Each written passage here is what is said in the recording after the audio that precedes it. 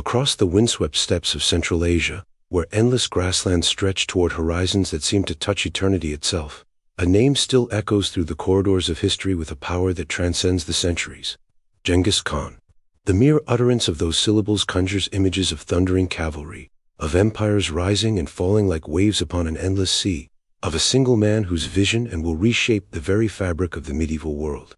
This is not simply a tale of conquest, though conquest there certainly was. This is the story of transformation on a scale rarely witnessed in human history, of a boy born into poverty and exile who would become the architect of the largest contiguous land empire the world has ever known.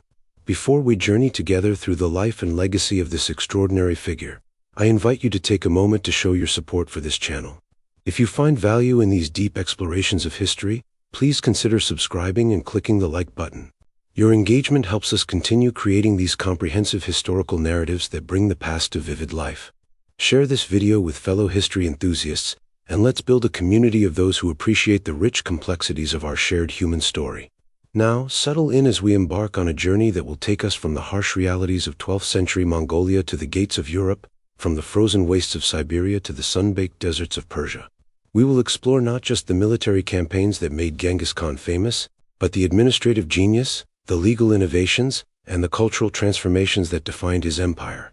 We will examine a leader who was simultaneously ruthless and pragmatic, brutal and visionary, a man whose legacy continues to shape our world nearly 800 years after his death.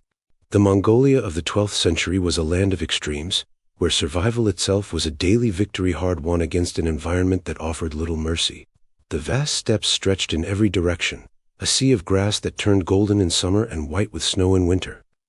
Here, the sky seemed impossibly large, dominating everything beneath it with a presence so overwhelming that it became the central deity of the nomadic peoples who made this harsh landscape their home. Tingri, the eternal blue sky, watched over all, granting victory to those who proved worthy and abandoning those who showed weakness. This was a world shaped entirely by mobility and adaptation. The nomadic tribes who inhabited these endless grasslands were not farmers tied to the soil, nor merchants bound to cities. They were pastoralists whose entire existence revolved around their herds of horses, sheep, goats, and cattle. The changing seasons dictated their movements, driving them to fresh pastures in an annual cycle that had repeated for countless generations. Their homes were portable felt tents called yurs, structures that could be dismantled and loaded onto carts in a matter of hours, entire communities ready to move when the grass grew thin or winter storms threatened. In this environment, children learned the essential skills of survival from the moment they could walk. Boys as young as 3 years old were tied onto horses to develop their balance and confidence in the saddle. By 5 or 6, they were expected to ride independently, to help with herding, and to begin learning the art of hunting with bow and arrow. The composite bow, that engineering marvel made from layers of horn, wood, and sinew, was the defining weapon of steppe warfare, and mastering it required years of practice begun in childhood. Girls, too, learned to ride, though their training focused more on managing the household economy, processing animal products, and maintaining the intricate social bonds that held tribal society together. But this was also a world of constant conflict and shifting allegiances. The Mongol steppes in the 12th century were not united under any single authority.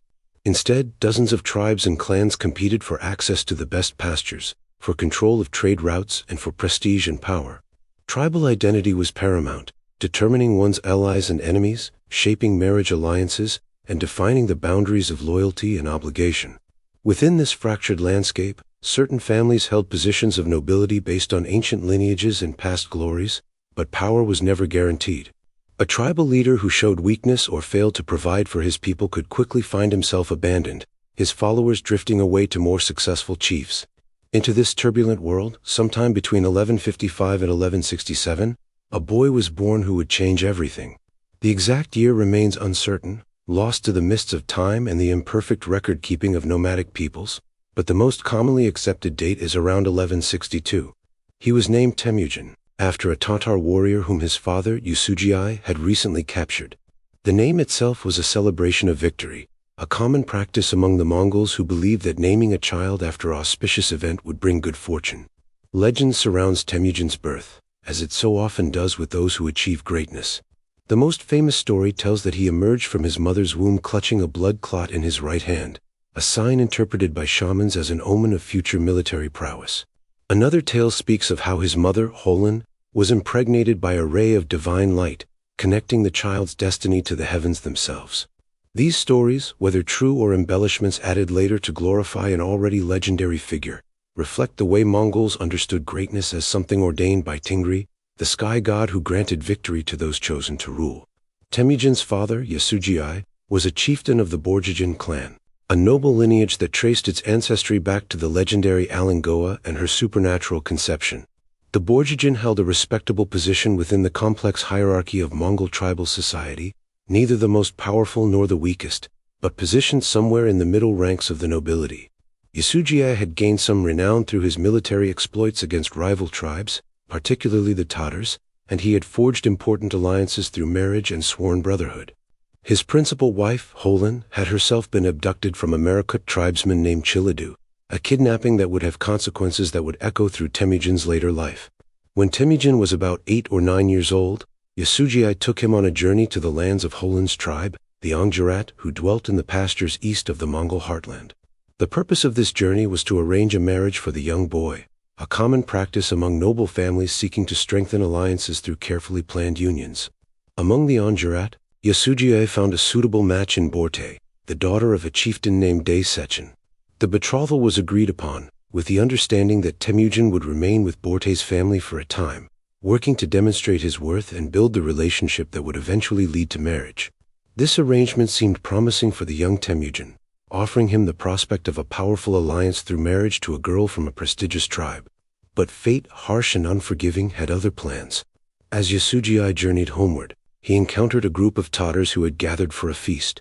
Following the ancient steppe custom of hospitality toward strangers, the Tatars invited him to share their meal.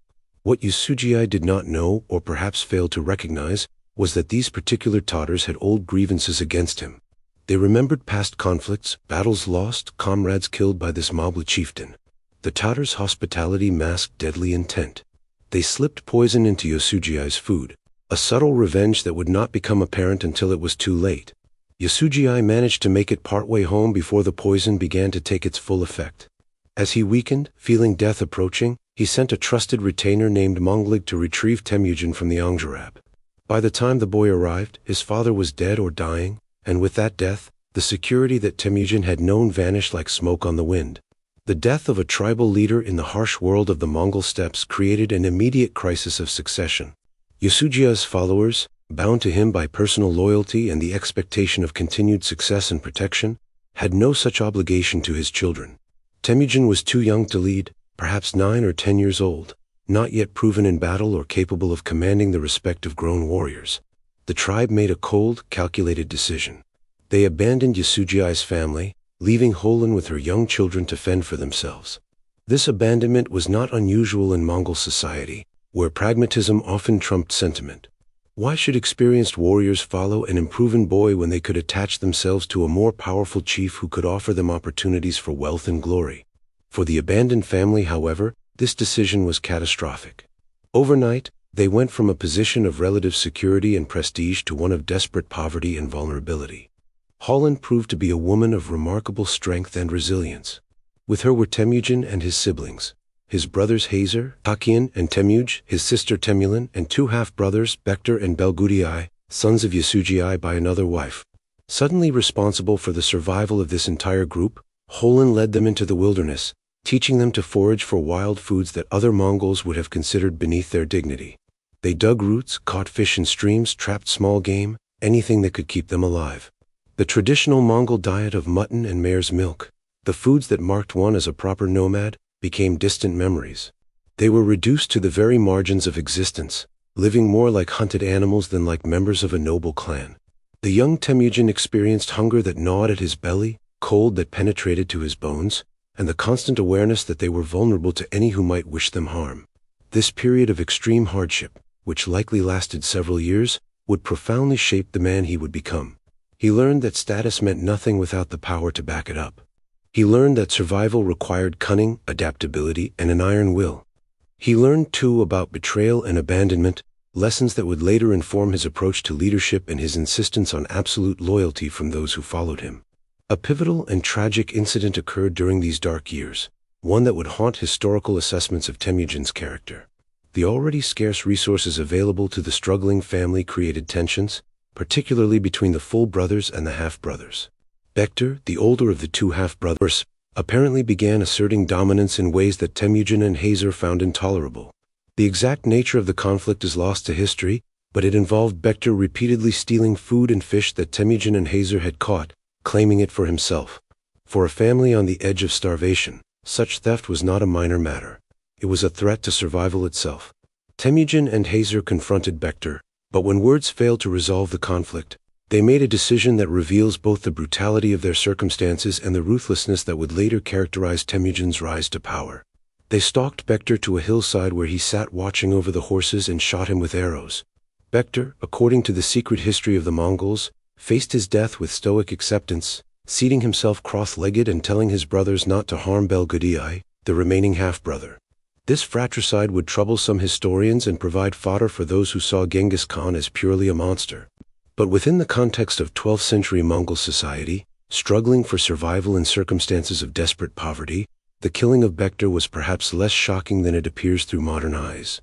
Temüjin was securing his position as the head of the family, eliminating a rival who threatened both their survival and his authority. Holin was reportedly furious at her son for this killing, lamenting that they were like wild dogs fighting over scraps. But the deed was done, and Temüjin had demonstrated his willingness to do whatever necessary to protect his position and his family. The years of wandering and hardship continued, but Temüjin was growing, both physically and in terms of his understanding of the world. Despite their poverty, his family retained some prestige as members of the Borjigin clan, and this heritage had not been entirely forgotten. However, it also made them targets. The Teikid, a rival clan that had been competitors with Yasugei's faction, apparently decided that the growing boys posed a potential future threat. They captured Temüjin, placing him in a wooden collar called a kang, a device that prevented him from using his hands and marked him as a prisoner. Rather than executing him, however, the Teikid kept Temüjin as a kind of captive servant, parading him around their camps as a symbol of their dominance over the once noble Borjigin line. This decision would prove to be a mistake. During a feast day, when many of the warriors were distracted by celebration and drinking kumis, fermented mare's milk that was the traditional Mongol intoxicant, Temüjin saw his opportunity. The guard assigned to watch him was careless, perhaps drunk himself. Temüjin struck the man with his heavy wooden collar, stunning him, and fled into the night. The Teik had searched for him throughout the night, scouring their camps and the surrounding countryside, but Temüjin had found a hiding place in the reeds along a stream, submerging himself in the cold water with only his face above the surface. One of the Teikid people, a man named Sarkanshira, discovered him there. But instead of raising the alarm, Sarkanshira was impressed by the fire he saw in the young man's eyes, the determination and fierce will to survive. He helped Temüjin escape, hiding him and later releasing him, an act of mercy and perhaps foresight that Temüjin would not forget. Years later, when he had risen to power, Genghis Khan would reward Sarkanshira's family for this crucial assistance. This escape became one of the formative legends of Temüjin's early life, demonstrating his cunning, his courage, and his ability to inspire loyalty even in desperate circumstances. He had survived captivity, had escaped through a combination of violent action and clever concealment, and had even won an ally among his enemies. These were skills that would serve him well in the complex political landscape of the Mongol steppes. As Temüjin entered his late teens, he began to demonstrate the qualities that would eventually make him a great leader. He had his mother's fierce determination, his father's understanding of tribal politics, and his own hard-won knowledge of how to survive when all the odds were against him. He possessed a charismatic personality that attracted followers, an ability to assess people's characters and motivations, and a pragmatic willingness to make alliances with anyone who could advance his goals, regardless of their background or origin. Perhaps most importantly, he understood viscerally the importance of loyalty and the dangers of tribalism run amok. He had seen how quickly supposed allies could abandon a family in distress. He had experienced the brutal reality of a fractured political system where every clan looked out only for itself. These experiences would later inform his revolutionary approach to organizing the Mongol tribes, breaking down traditional aristocratic privileges and creating a meritocracy where ability and loyalty mattered more than noble birth. But before he could change the world, Temüjin first had to secure his own survival and build a base of power sufficient to protect himself and his family from the many enemies who surrounded them. The betrothal to Borte, arranged years earlier by his father, still held promise as a potential alliance. and as he approached marriageable age, Temüjin made his way back to the Anjourat to claim his bride. Day Sechen, honoring the agreement made with Yusugei, allowed the marriage to proceed, and Borte came to Temüjin bringing with her a magnificent wedding gift. A luxurious sable fur coat, an item of tremendous value in a world where such furs were highly prized. Temüjin recognized the strategic value of this gift immediately. He took the sable coat to Togrul, who was Khan of the powerful Karaite tribe and who had been a sworn brother and Anda to Yusugei. This bond of sworn brotherhood created obligations that transcended tribal boundaries, and Temüjin was wise enough to understand how to leverage these traditional relationships. He presented the sable coat to Togrul as a gift, simultaneously honoring the memory of his father and positioning himself as a worthy partner for future cooperation. Togrul was impressed by this young man who came before him with appropriate humility yet also with the bearing of someone who expected to be taken seriously. He promised to help Temüjin reunite the scattered followers of Yusugei, to restore the young man to something approaching his rightful position in Mongol society. This promise, and the alliance it represented, gave Temüjin access to the military and political resources of a major tribe, a crucial stepping stone in his rise to power. But before these plans could bear fruit, disaster struck once again. The Merkits, the tribe from which Yusugei had stolen Holland decades earlier, had not forgotten this old grievance. In the complex web of tribal vendettas that characterized steppe politics, such affronts were never truly forgotten, merely awaiting an opportunity for revenge. The Merkits chose their moment carefully, raiding Temüjin's camp when he was vulnerable. Their primary target was Borte, Temüjin's new wife, whom they seized as retribution for the theft of Holland a generation before. This was a devastating blow both personally and politically. In a society where a man's honor and power were intimately connected with his ability to protect his family and dependents, this kidnapping was an enormous humiliation, but it also provided Temüjin with an opportunity. He immediately turned to his allies, calling upon Togrul to honor his promise of support and also reaching out to another ambitious young leader named Jamuka, who had been a childhood friend in Anda. Together with Togrul and Jamuka, Temüjin assembled a force of some 20,000 warriors, a massive army by the standards of steppe warfare.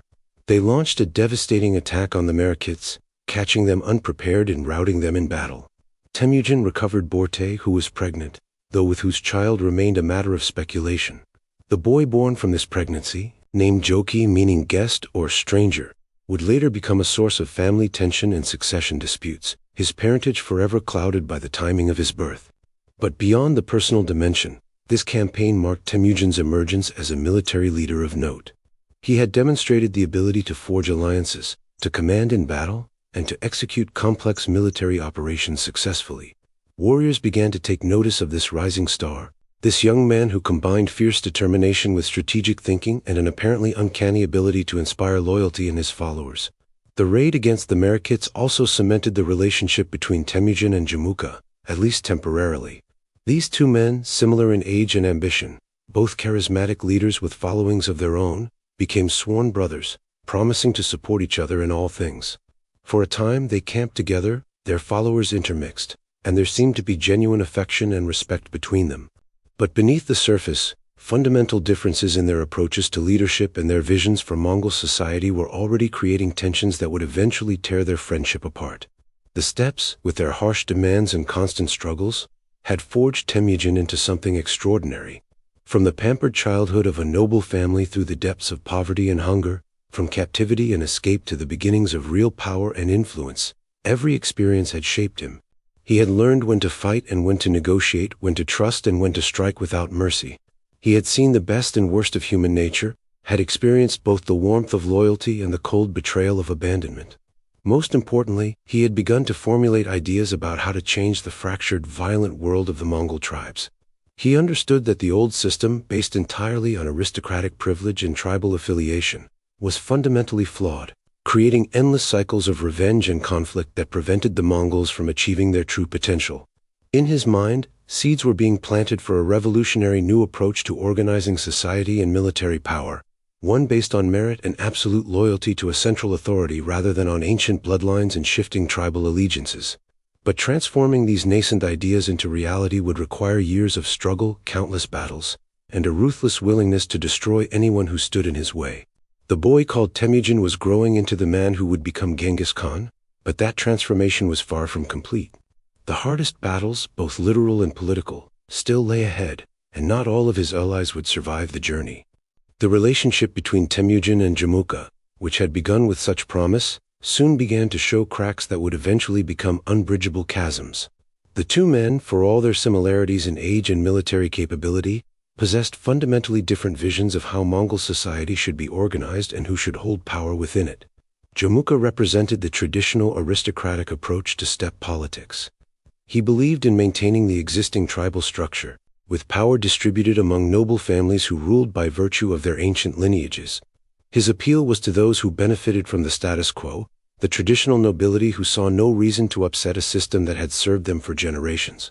Under Jamuka's vision, the Mongols would remain what they had always been, a collection of loosely affiliated tribes, united when necessary for specific military campaigns but fundamentally independent and bound primarily by ancient customs and aristocratic privileges. Temüjin's vision was radically different. His experiences of poverty and abandonment had shown him the fundamental weakness of a system based solely on birth. He had seen noble families collapse into nothing when their leader died, had witnessed how tribal loyalties could shift like sand based on momentary self-interest. He began to attract followers not from the traditional nobility, but from a broader base. Younger sons who would never inherit under the old system, talented men from minor families, even commoners who showed ability and courage. He promised them advancement based on merit, loyalty, and performance rather than birth. This difference in approach created a fundamental split among the Mongol tribes. Some gravitated toward Jamuka's traditionalist banner, comfortable with familiar hierarchies and uncomfortable with Temüjin's revolutionary ideas. Others, particularly those who had little to gain from maintaining the status quo, saw opportunity in Temüjin's meritocratic promises. The stage was being set for a conflict that would determine not just who would rule the Mongols, but what kind of society the Mongols would become. The breaking point came around 1187, when tensions between the two camps erupted into open warfare. The exact cause of the rupture is debated by historians, with different sources offering different triggers, but the underlying cause was clear. Two strong leaders with incompatible visions could not indefinitely share power and authority. At a place called Dalanbal's Hut, the forces of Temüjin and Jamuka met in battle. The outcome was disastrous for Temüjin. Jamuka's forces, larger and possibly better equipped, dealt him a crushing defeat. It was a humbling experience, one that taught Temüjin important lessons about the limitations of his power and the dangers of moving too quickly. After this defeat, Temüjin essentially disappeared from the historical record for several years, a period that remains one of the most mysterious phases of his life. Modern historians, piecing together fragmentary evidence from various sources, have developed a compelling theory about these missing years. Chinese sources mention a Mongol warrior matching Temüjin's description serving in the Jin Dynasty's military forces during this period. The Jin, a Jurchen dynasty that controlled northern China, regularly employed steppe warriors as auxiliary troops, finding their cavalry skills useful in border defense and internal security operations. If Temüjin did indeed spend these years in Jin service, and the evidence suggests this is quite likely, it would have been an extraordinarily formative experience. He would have been exposed to Chinese military technology and tactics, to sophisticated siege warfare that was unknown on the steppes, to administrative systems far more complex than anything the nomadic tribes possessed. He would have seen firsthand how a sedentary empire organized its armies, collected taxes, maintained records, and governed vast territories with diverse populations. These years of service to the Jin would also have taught him about the weaknesses of such empires, their corruption and inefficiencies, their reliance on mercenaries whose loyalty could be bought by the highest bidder. He would have observed the tensions between the ruling Jurchen elite and the conquered Chinese population, understanding how internal divisions could weaken even the most powerful states. All of these lessons would prove invaluable when he later launched his own campaigns against the Jin. When Temüjin re-emerged in Mongol politics around 1196, he did so with renewed strength and purpose. He had learned from his defeat, had gained valuable experience and perspective, and had refined his approach to building power. Rather than immediately challenging Jamuka again, he focused on methodically building his base of support, carefully selecting talented individuals for his inner circle and demonstrating through concrete actions the benefits of his meritocratic system. A crucial opportunity came when the Jin Dynasty launched a punitive campaign against the Tatars, the tribe that had poisoned Temüjin's father years before. The Jin invited Mongol allies to participate in this campaign, and both Temüjin and Togrul of the Kurites saw an opportunity. They joined the Jin forces and played significant roles in crushing the Tatars in battle. For Temüjin, this campaign was doubly satisfying. It allowed him to avenge his father's death, and it brought him valuable recognition from the Jin court, which bestowed upon him an honorary title. More importantly, it demonstrated his military capabilities to a broader audience and strengthened his alliance with Togrul, still a crucial pillar of his political position. But Temüjin did something else in the aftermath of this victory that demonstrated both his ruthlessness and his revolutionary approach to tribal politics. When it came time to divide the defeated Tatars among the victors, traditional practice would have been to kill the leaders and distribute the common people as slaves or subordinate allies, maintaining their tribal identity. Temüjin took a different approach. He ordered the execution of all Tatar males taller than the wheel of a cart, eliminating anyone old enough to remember their tribal allegiance and seek future revenge. The younger boys and all the women were then absorbed into Temüjin's own following, stripped of their Tatar identity and remade as Mongols. This policy of thorough integration, brutal in its execution but pragmatic in its goals, would become a hallmark of Temüjin's approach to conquest. Rather than trying to govern defeated tribes as subordinate allies who retained their own identities and potentially plotted revenge, he systematically eliminated the old leadership and absorbed the remaining population directly into his own organization. Over time, this created a genuinely unified force whose primary loyalty was to Temüjin himself rather than to old tribal affiliations. The absorption of the Tatars significantly increased Temüjin's military strength, but it also attracted the attention and concern of Togrul and Jamuka. These two leaders, now alarmed by Temüjin's growing power, began to coordinate their opposition. The Mongol political landscape was consolidating into two major power blocks: Temüjin's meritocratic faction on one side, and a coalition of traditionalists led by Jamuka and backed by Togrul's Kharat on the other. Around 1201, Jamuka orchestrated a grand alliance of tribes opposed to Temüjin's rising power. At a great gathering, he was proclaimed Gurkhan, Khan of the Khans, a title that positioned him as the rightful supreme leader of all the steppe peoples. This coalition included not just the Kharat but also elements of the Tatars who had survived the earlier campaigns, the Anjurat despite their marriage connection to Temüjin through Borte, and several other significant tribes. The armies met at a place called Yedi Kunan, and once again the outcome hung in the balance. But this time, Temüjin and his forces prevailed, routing the coalition army and forcing Jamuka to flee. This victory did not end the conflict, but it demonstrated that Temüjin's military capabilities had grown to match or exceed those of his rivals. In the wake of this victory, Temüjin moved systematically to eliminate rival power centers. He launched a campaign against the Teykid, the clan that had once held him captive. The battle was fierce, and during the fighting, Temüjin himself was wounded by an arrow that struck his horse and continued on to injure him in the neck.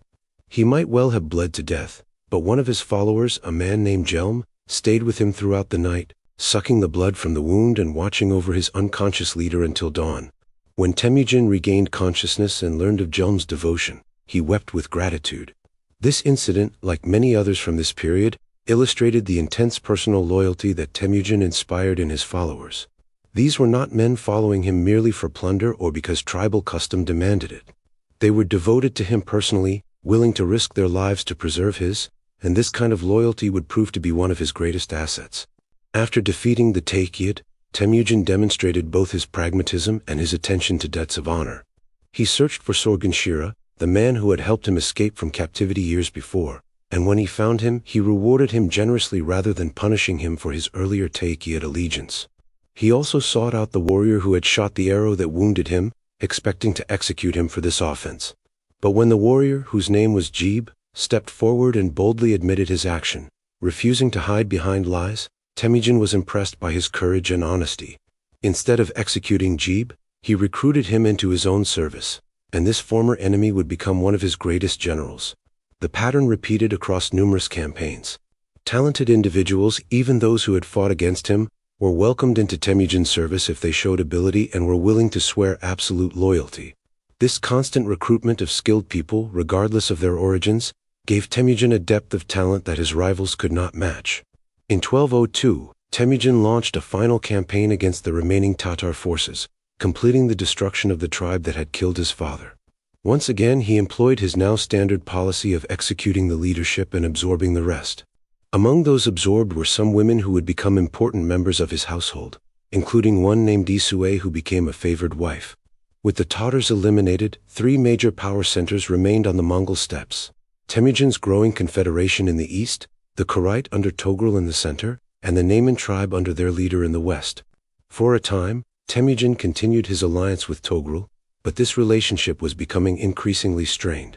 Togrul's son, Singam, was deeply jealous of Temüjin's growing influence over his father and fearful that Temüjin might eventually supplant him as Togrul's heir. The crisis came in 1203. Singam convinced his aging father that Temüjin had become too powerful, that he represented a threat to the Kharit rather than an ally. Under Singam's influence, Togrul agreed to a plan to eliminate Temüjin through treachery. They would invite him to a feast under pretense of friendship, then murder him there. But Temüjin had excellent intelligence networks, and he learned of the plot before it could be sprung. Warned in time, he prepared his forces for the attack that he now knew was coming. When the Kharit struck, expecting to catch him off guard, they instead found him ready for battle. The fighting was fierce and initially indecisive, but Temüjin's forces eventually gained the upper hand. The defeat of the Kharit was a watershed moment. Togrul fled and was killed by border guards who did not recognize the once powerful Khan, now wandering alone and destitute. Temüjin absorbed the Kharit forces wholesale into his own army, taking control of their vast herds and territories.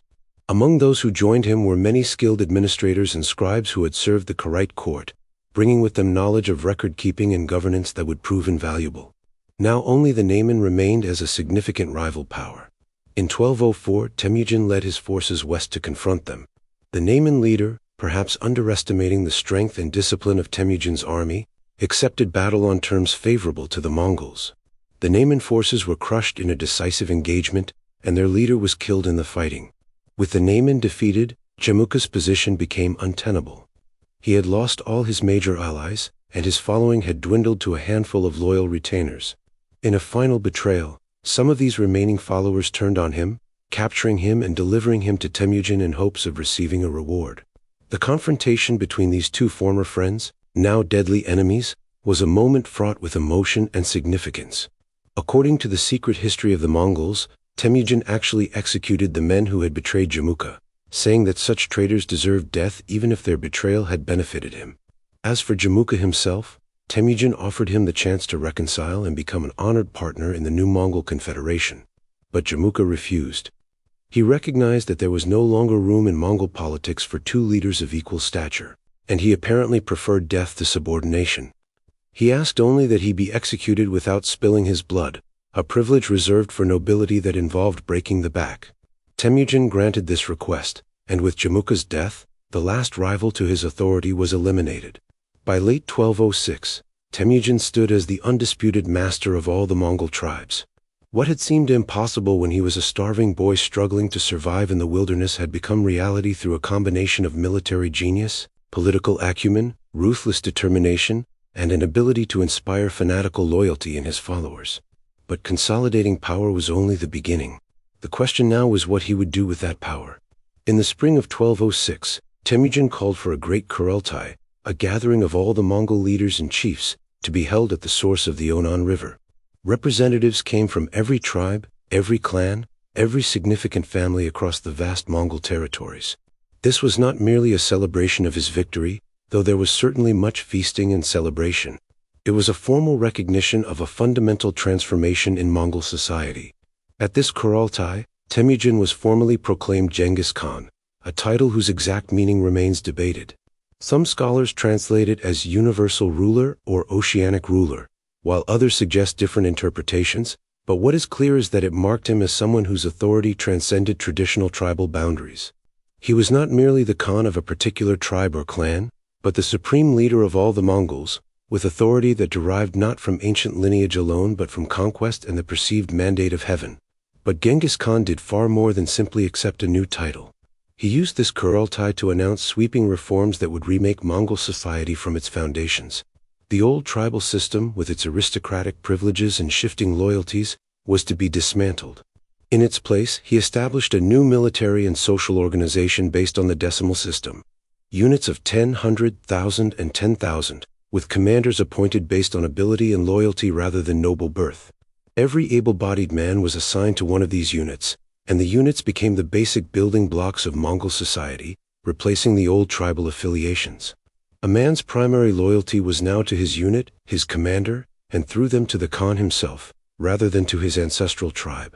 This simple but revolutionary change broke the power of the old aristocracy and created a truly unified Mongol nation for the first time in history. Genghis Khan also announced a new legal code, the Yasa, which would govern the behavior of all Mongols regardless of their origins. While no complete copy of the Yasa survives, making it difficult to know all its provisions in detail, we know from various sources that it covered everything from military discipline to family relations to religious practice. Crucially, it applied equally to everyone from the greatest nobles to the lowest commoners, establishing the principle that all Mongols were equal before the law.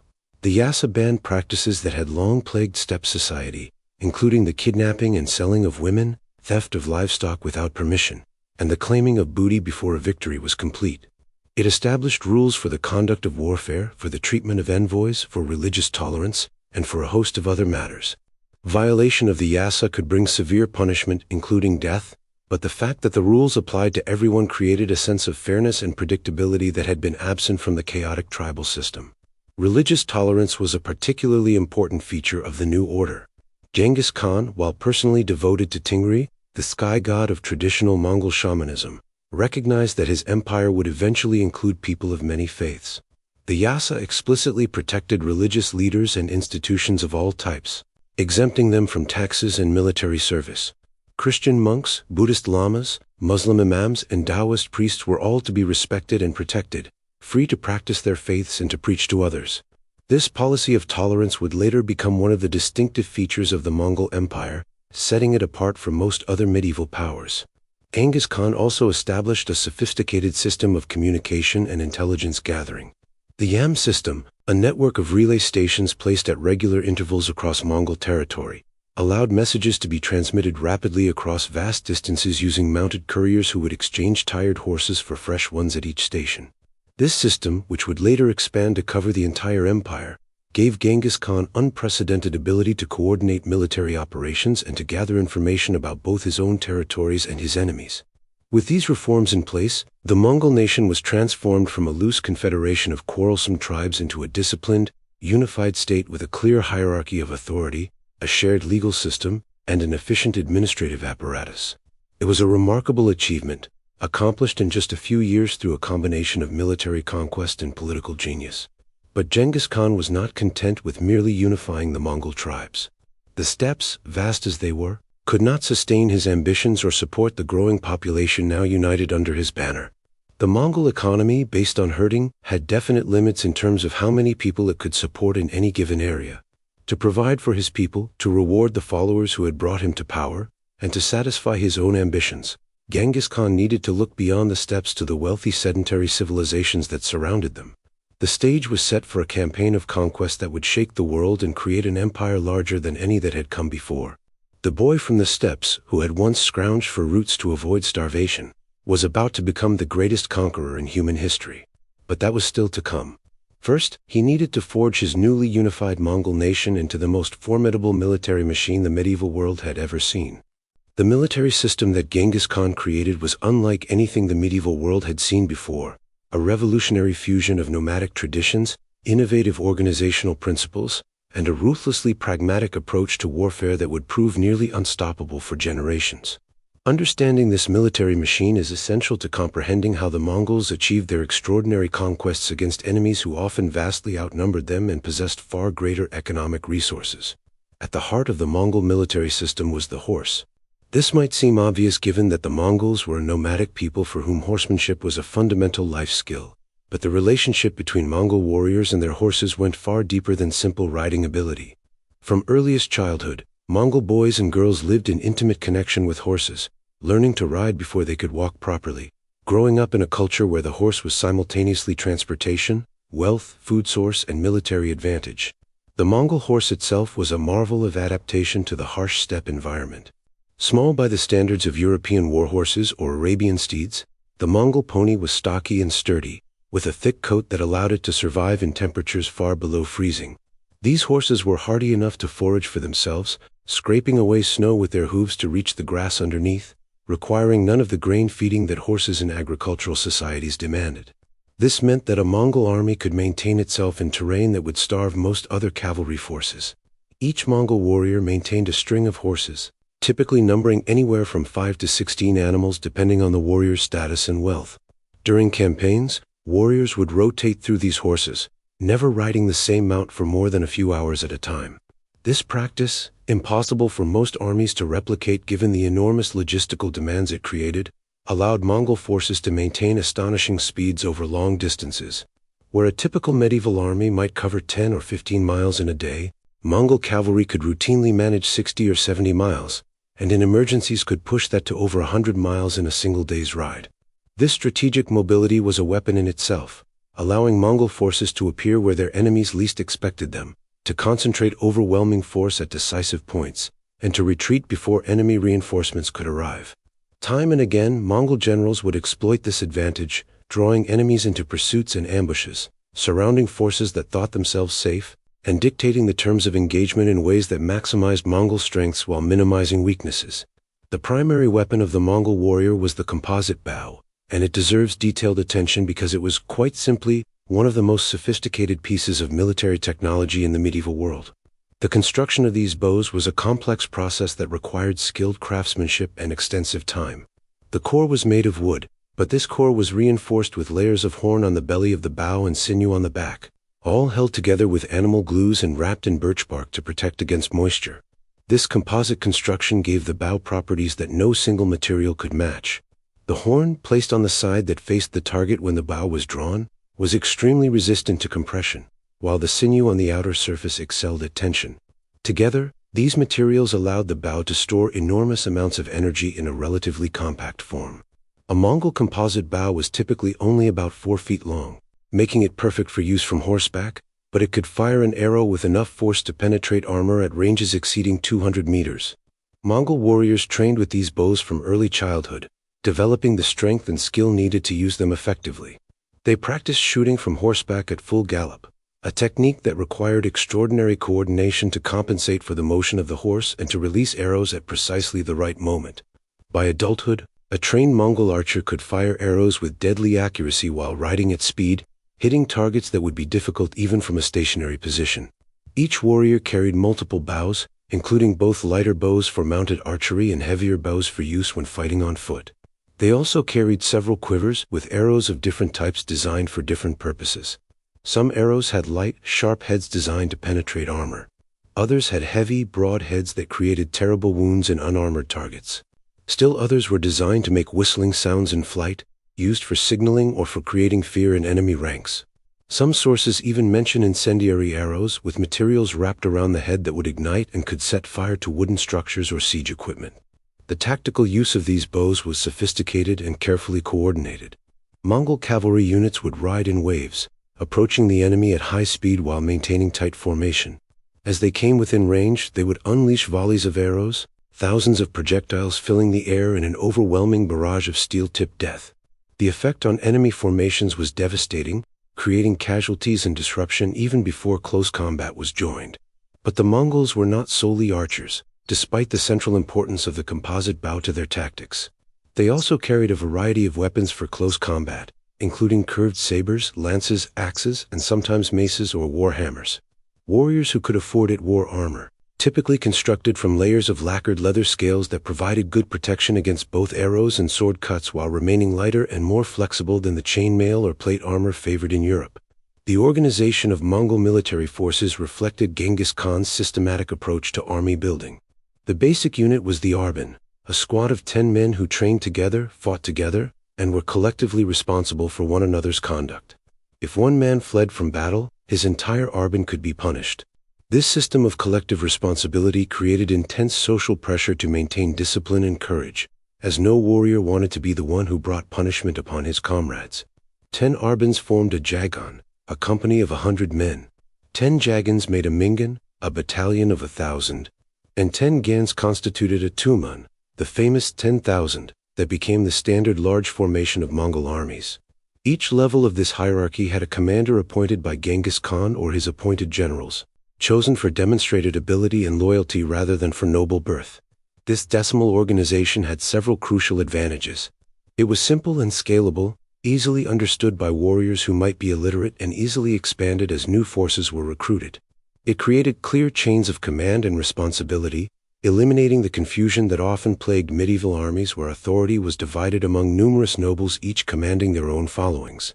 And it allowed for sophisticated tactical coordination, with units able to maneuver in concert according to prearranged plans. Mongol armies employed a variety of tactical formations and maneuvers, many of which were derived from hunting practices. The Temüjin, a great hunt conducted annually, served as both training exercise and tactical laboratory. In a Temüjin, thousands of warriors would form a huge circle that gradually contracted, driving all the game animals within toward a central killing ground. This required precise coordination, with each unit maintaining its position relative to the others over distances of miles and days of movement. The skills developed in these hunts translated directly to the battlefield. One of the most famous Mongol tactics was the feigned retreat. Mongol units would engage an enemy force, fight briefly, then suddenly break and flee in apparent disorder. Enemy forces, seeing what looked like a rout, would often break their own formations to pursue, seeking to maximize their victory. But the Mongol retreat was carefully controlled, with the fleeing forces leading their pursuers into a prepared ambush where fresh Mongol units waited. The pursuing force, now strung out and disorganized, would suddenly find itself surrounded and facing overwhelming odds. This tactic worked again and again across different enemies and different campaigns, because it played on the natural human desire to pursue a fleeing enemy and because disciplined armies in that era were rare. A force that could execute a false retreat, maintaining enough control to reform and counterattack at the right moment, had an enormous advantage. Mongol cavalry also excelled at encirclement tactics, using their superior mobility to surround enemy forces and attack from all sides simultaneously. The classic Mongol assault would begin with archers riding in circles around the enemy at maximum bow range, pouring arrows into the massed ranks while staying beyond reach of the enemy's weapons. As the enemy formation began to waver under this punishment, heavy cavalry armed with lances would charge in to break the weakened lines, followed by final mopping-up operations. Communication on the battlefield was maintained through a sophisticated system of signals. Flags of different colors indicated different units and commanders.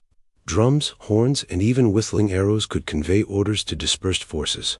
This allowed Mongol commanders to adjust tactics in real time, responding to changing circumstances with a speed and flexibility that most medieval armies could not match. But perhaps the most important element of Mongol military success was intelligence gathering and planning. Genghis Khan and his generals understood that victories were won before the first arrow was fired, through careful preparation and superior information. Before launching major campaigns, Mongol scouts and spies would fan out across enemy territories, gathering detailed information about terrain, roads, water sources, fortifications, and military dispositions. Merchants traveling the trade routes were often Mongol agents or informants, reporting back on conditions in distant lands. Envoys sent to foreign courts were trained observers who would carefully assess the military strength and political stability of potential enemies. Even prisoners taken in smaller raids were systematically interrogated to extract useful intelligence. This intelligence was then used to plan campaigns in meticulous detail. Routes of march were calculated to maximize surprise while ensuring access to fodder and water. Supply depots were pre-positioned. Local guides who knew the terrain were recruited or coerced into service. By the time a Mongol army actually crossed into enemy territory, its commanders often knew more about the local geography than the defenders did. The Mongols also excelled at psychological warfare, using terror as a deliberate weapon to undermine enemy morale and facilitate conquest.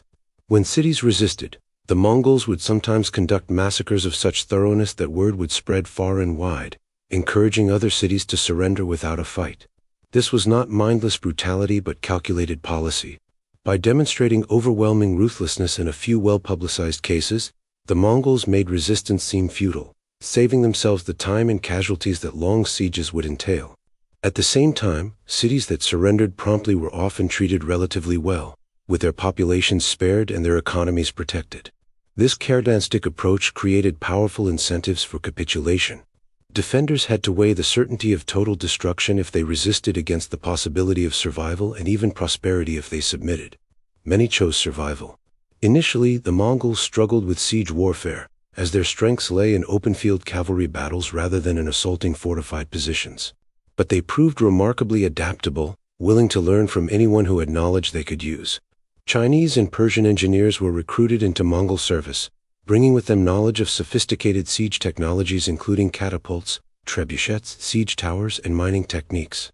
Under their guidance, the Mongols became proficient in siegecraft, though they preferred to avoid lengthy sieges when possible. They would use their engineers to construct siege engines, sometimes building dozens of these massive machines in preparation for an assault. They would employ captured populations as laborers and as human shields, forcing them to fill in moats or to approach walls under fire. They would divert rivers to flood cities or to deny them water, would tunnel under walls, or would simply starve defenders into submission through patient blockade. This adaptability, this willingness to learn and to incorporate new technologies and techniques, was perhaps the most important quality of the Mongol military machine. The Mongols were never hidebound by tradition or convinced that their way was the only way. If an enemy had an advantage in some area, the Mongols would study it, copy it, improve on it if possible, and incorporate it into their own arsenal. Chinese siege engineers, Muslim administrators, Christian craftsmen, all found places within the Mongol system if they had useful skills to contribute. The military system that Genghis Khan created was thus a sophisticated, multifaceted machine that combined unparalleled mobility, devastating firepower, iron discipline, meticulous planning, psychological warfare, and adaptive learning. It was staffed by warriors who had trained from childhood for war, led by commanders chosen for ability and rewarded for success, and organized according to principles that maximized efficiency and coordination. This was the instrument that Genghis Khan would unleash upon the world, and no empire, no matter how wealthy or how populous, would prove capable of withstanding it when wielded with the strategic genius that characterized Mongol military leadership. The campaigns that would follow would reshape the map of Eurasia, destroy civilizations, kill millions, and create the largest contiguous land empire in human history. And it would all begin with a campaign against a neighboring kingdom that thought itself safe behind its fortifications and its treaties. The Jin Dynasty, which controlled northern China at the beginning of the 13th century, was a formidable power by any standard.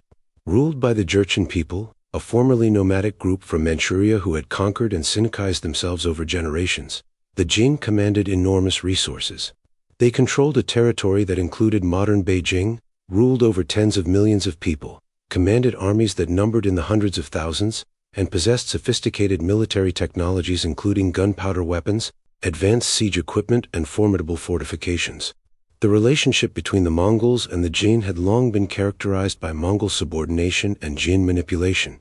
The Jin emperors had pursued a deliberate policy of keeping the steppe tribes divided and weak, playing rivals off against each other, demanding tribute and obeisance, and occasionally launching punitive expeditions to remind the nomads of their place in the world order.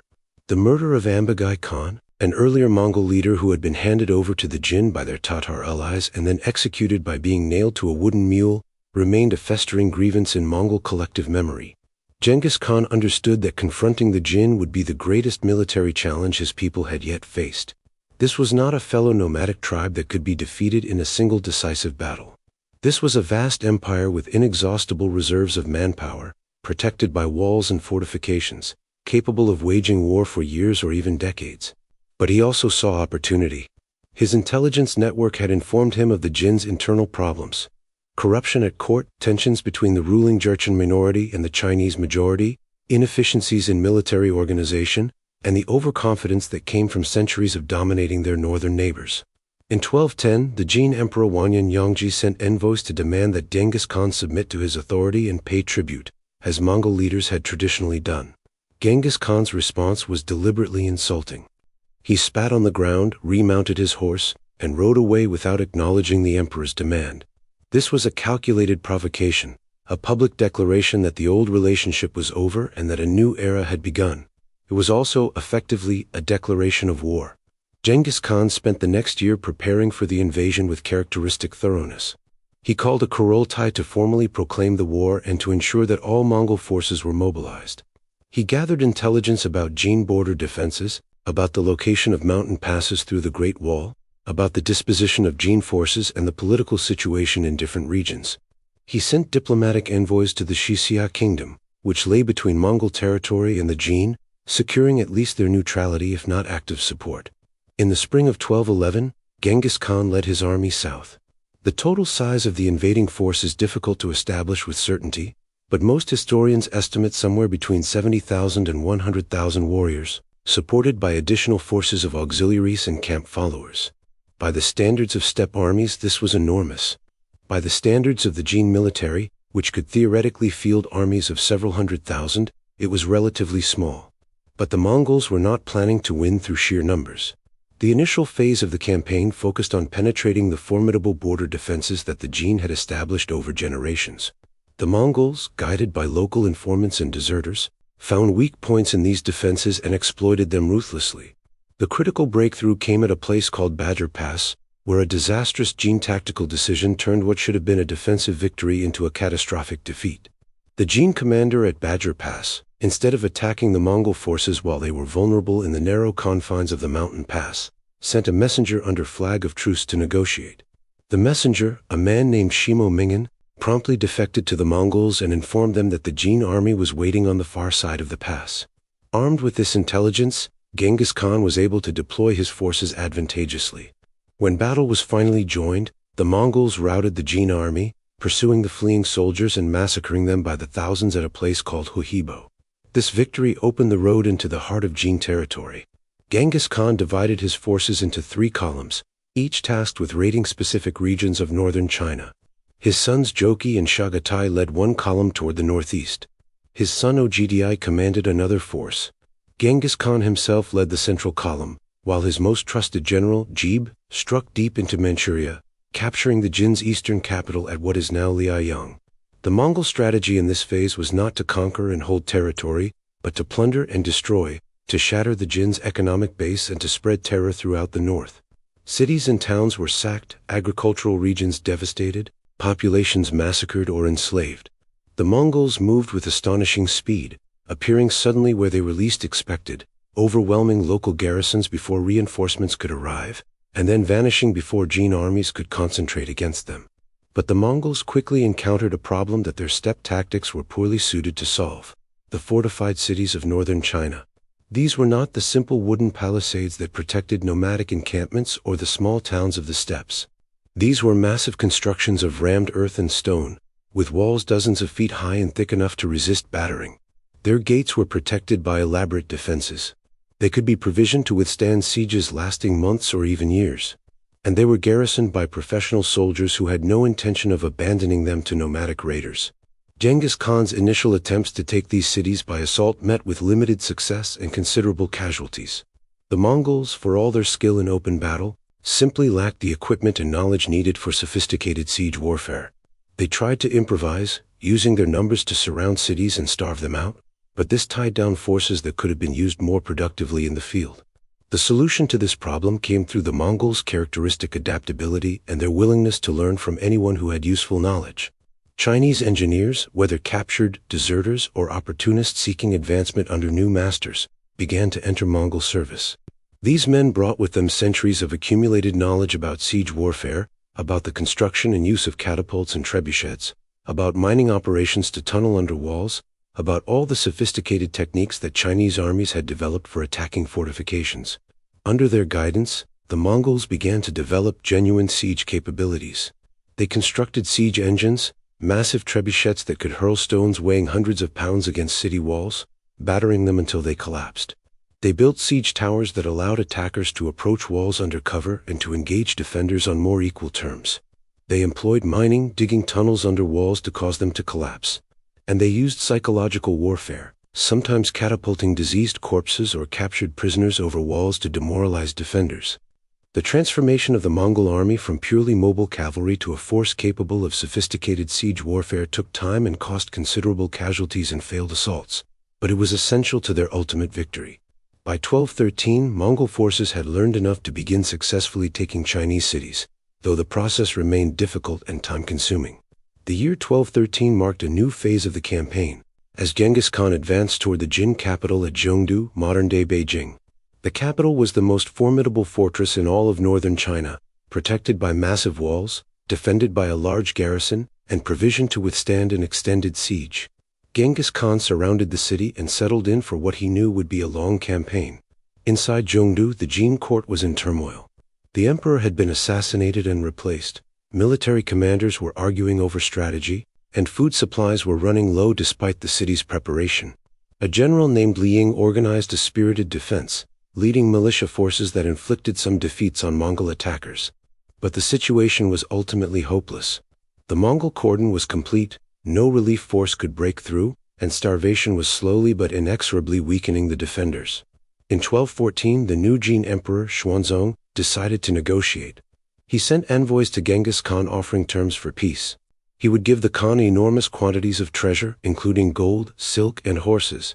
He would provide the Khan with a Jin princess as a wife, cementing a marriage alliance, and he would acknowledge Mongol supremacy.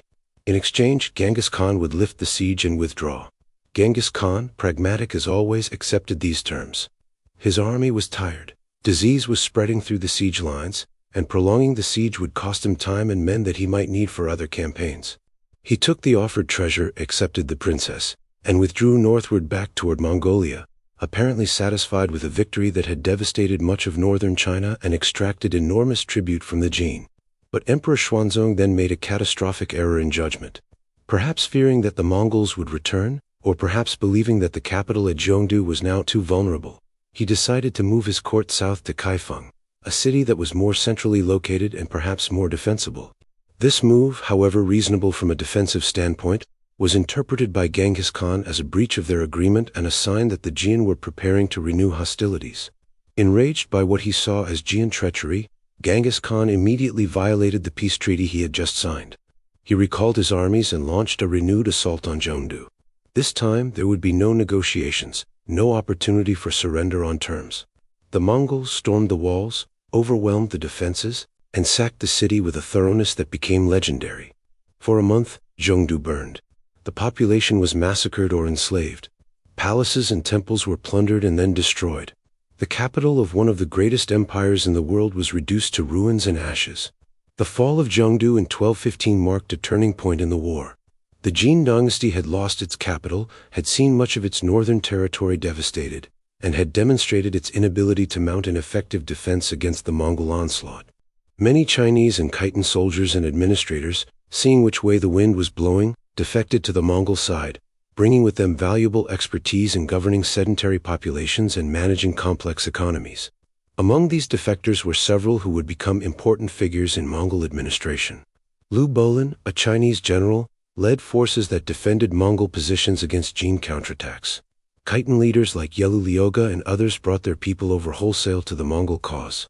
These defectors formed the nucleus of what would become a sophisticated Mongol administrative system for governing China, bringing Chinese bureaucratic traditions into the service of Mongol rule. Genghis Khan, however, did not remain in China to consolidate these gains. In 1216, he left the Chinese campaign in the hands of one of his most trusted generals, Mukhali, and turned his attention westward. Mukhali was given command of a large army and instructed to continue operations against the Jin, but Genghis Khan himself was already looking toward new conquests in Central Asia. The war against the Jin would continue for another 18 years after Genghis Khan departed, finally concluding in 1234 under his successors. But the foundation for ultimate Mongol victory was laid during these first years of campaigning. The Mongols had learned to conduct sophisticated military operations against a sedentary empire. They had developed siege capabilities that made even the strongest fortifications vulnerable. They had recruited administrators who could help them govern conquered territories. And they had demonstrated to the world that no empire, no matter how ancient or how powerful, was invulnerable to their attacks. The conquest of the Jin was also significant for what it revealed about Mongol methods and priorities. While the Mongols certainly committed terrible atrocities, massacring populations and devastating landscapes, they were not uniformly destructive. Cities that surrendered promptly were often spared the worst violence. Skilled craftsmen, engineers, physicians, and administrators were specifically exempted from massacres and brought into Mongol service.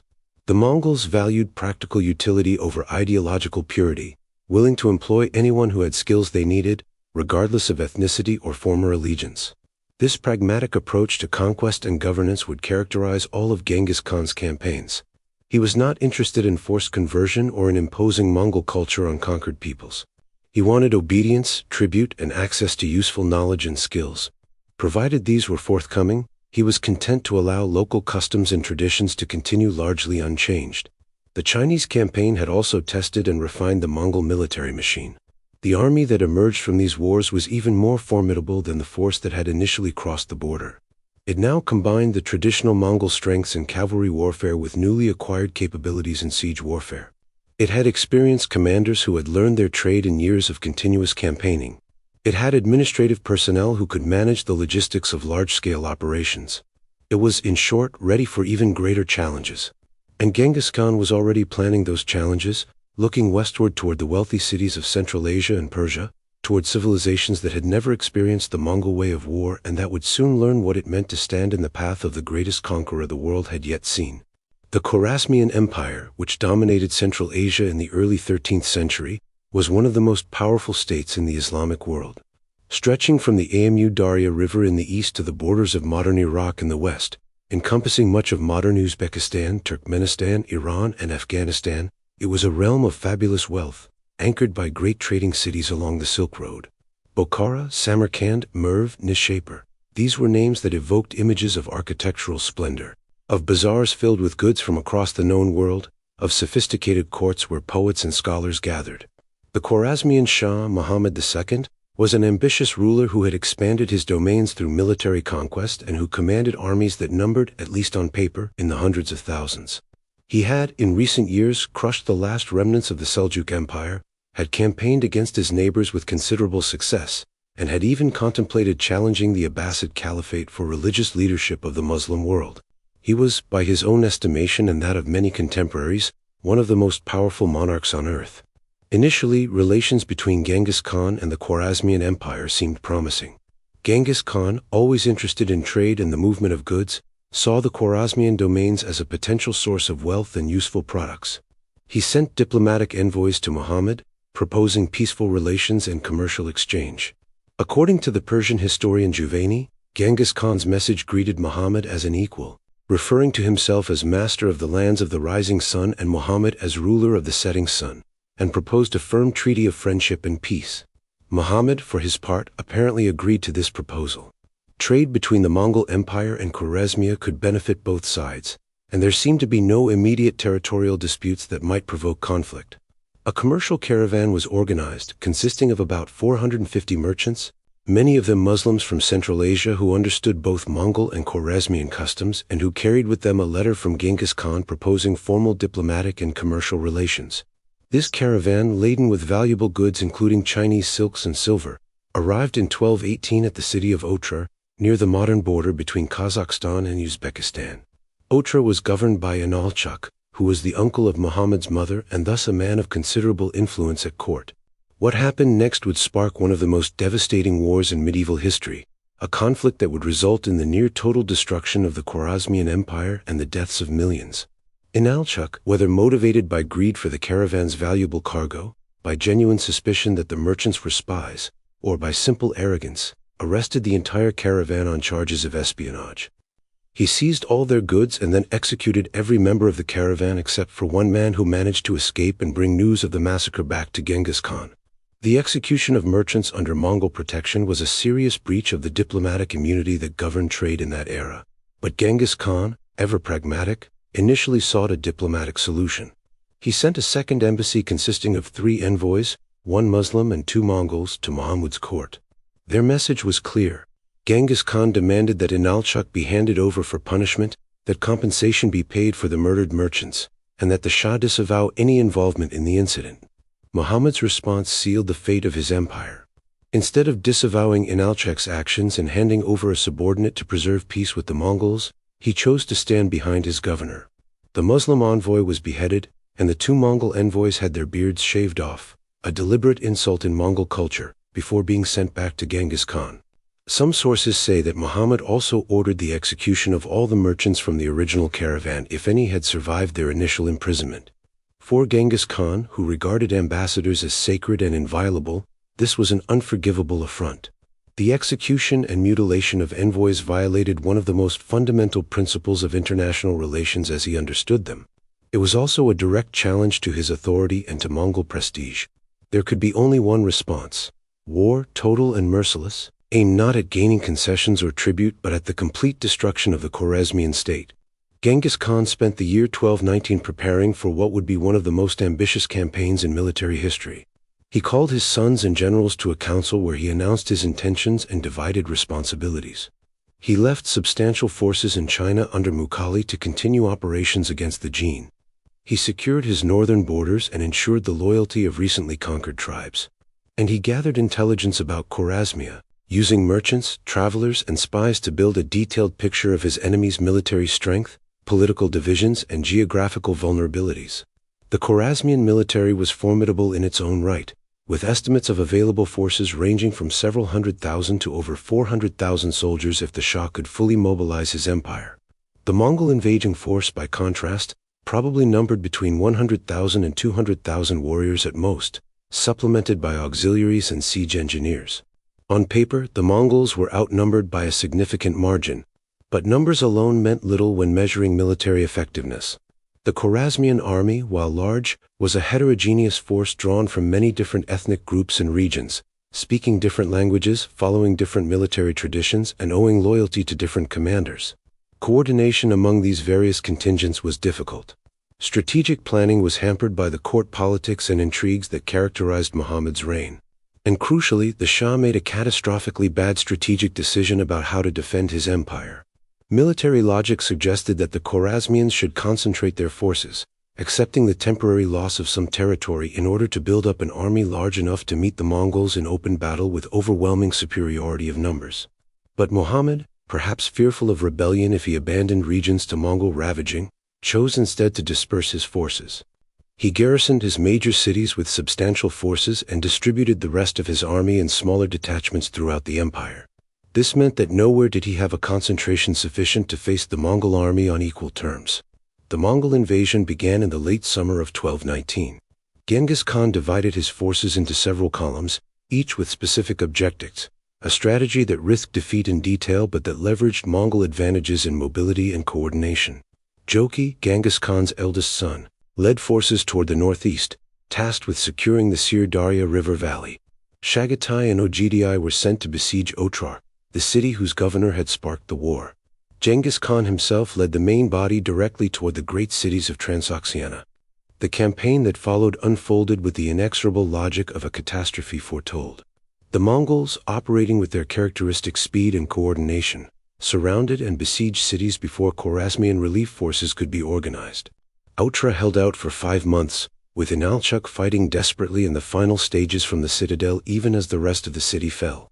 When he was finally captured, his execution was as cruel as Mongol vengeance could devise. According to some accounts, molten silver was poured into his ears and eyes in mockery of his greed for the merchant's treasure. But Otrar was merely a sideshow. The real shock came when Genghis Khan led his forces across the Kizilkum Desert, a waterless waste that the Khwarazmians had assumed would protect their heartland from invasion.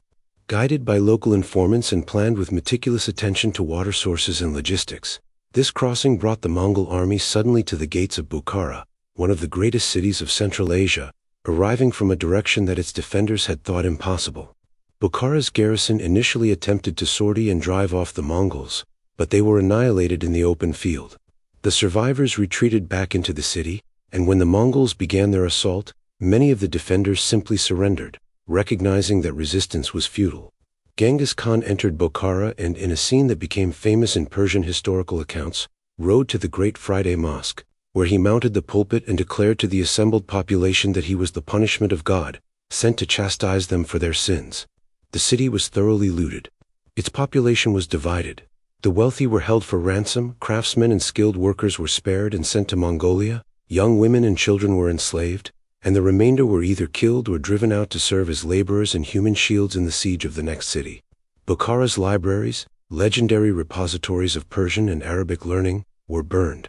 Its physical structures, though damaged, fared somewhat better than its population, but the cultural and human loss was catastrophic.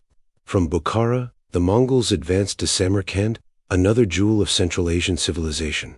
Samarkand's garrison numbered around 40,000 men, and the city was defended by formidable walls and towers. But the defenders were demoralized by the news from Bukhara and by the arrival of refugees who brought tales of Mongol ferocity. When the Mongols assaulted the city on the 3rd day of the siege, half the garrison attempted a sortie that turned into a massacre as Mongol cavalry surrounded and destroyed them in the open. The remainder of the garrison surrendered on the 5th day, and once again the population faced the grim Mongol sorting process. The city itself was systematically looted, and while it was not destroyed as completely as Bokhara, it was left a shadow of its former self. The speed with which these great cities fell shocked the Islamic world and sent refugees streaming in all directions, carrying with them tales that grew in the telling. Shah Muhammad, meanwhile, had proven incapable of effective leadership. Instead of rallying his forces and attempting to mount a defense, he essentially panicked, fleeing from one city to another ahead of the Mongol advance. Genghis Khan assigned two of his greatest generals, Jib and Subutai, to pursue the fleeing Shah with a flying column of about 20,000 cavalry. This pursuit became one of the great cavalry raids in military history, with these Mongol forces covering thousands of miles, defeating every force sent against them, and hunting Muhammad across Persia and eventually to the Caspian Sea. Muhammad died on an island in the Caspian, either from disease or from the psychological shock of losing his empire, leaving his son Jalal al-Din to attempt to continue resistance. The Mongol pursuit force, having accomplished its mission, didn't return directly to the main army but instead continued westward, raiding through Azerbaijan, Georgia, and the Caucasus, even penetrating into southern Russia before finally circling back to rejoin Genghis Khan almost 3 years later. This raid, conducted by just two Temüjins operating independently of the main Mongol force, demonstrated the extraordinary capabilities of Mongol cavalry and the inadequacy of existing military systems to counter them. Meanwhile, the main Mongol forces continued their systematic destruction of Khwarazmian power. Genghis Khan's youngest son, Temüjin, was sent with 50,000 men to conquer the province of Khorasan, in what is now northeastern Iran and northwestern Afghanistan.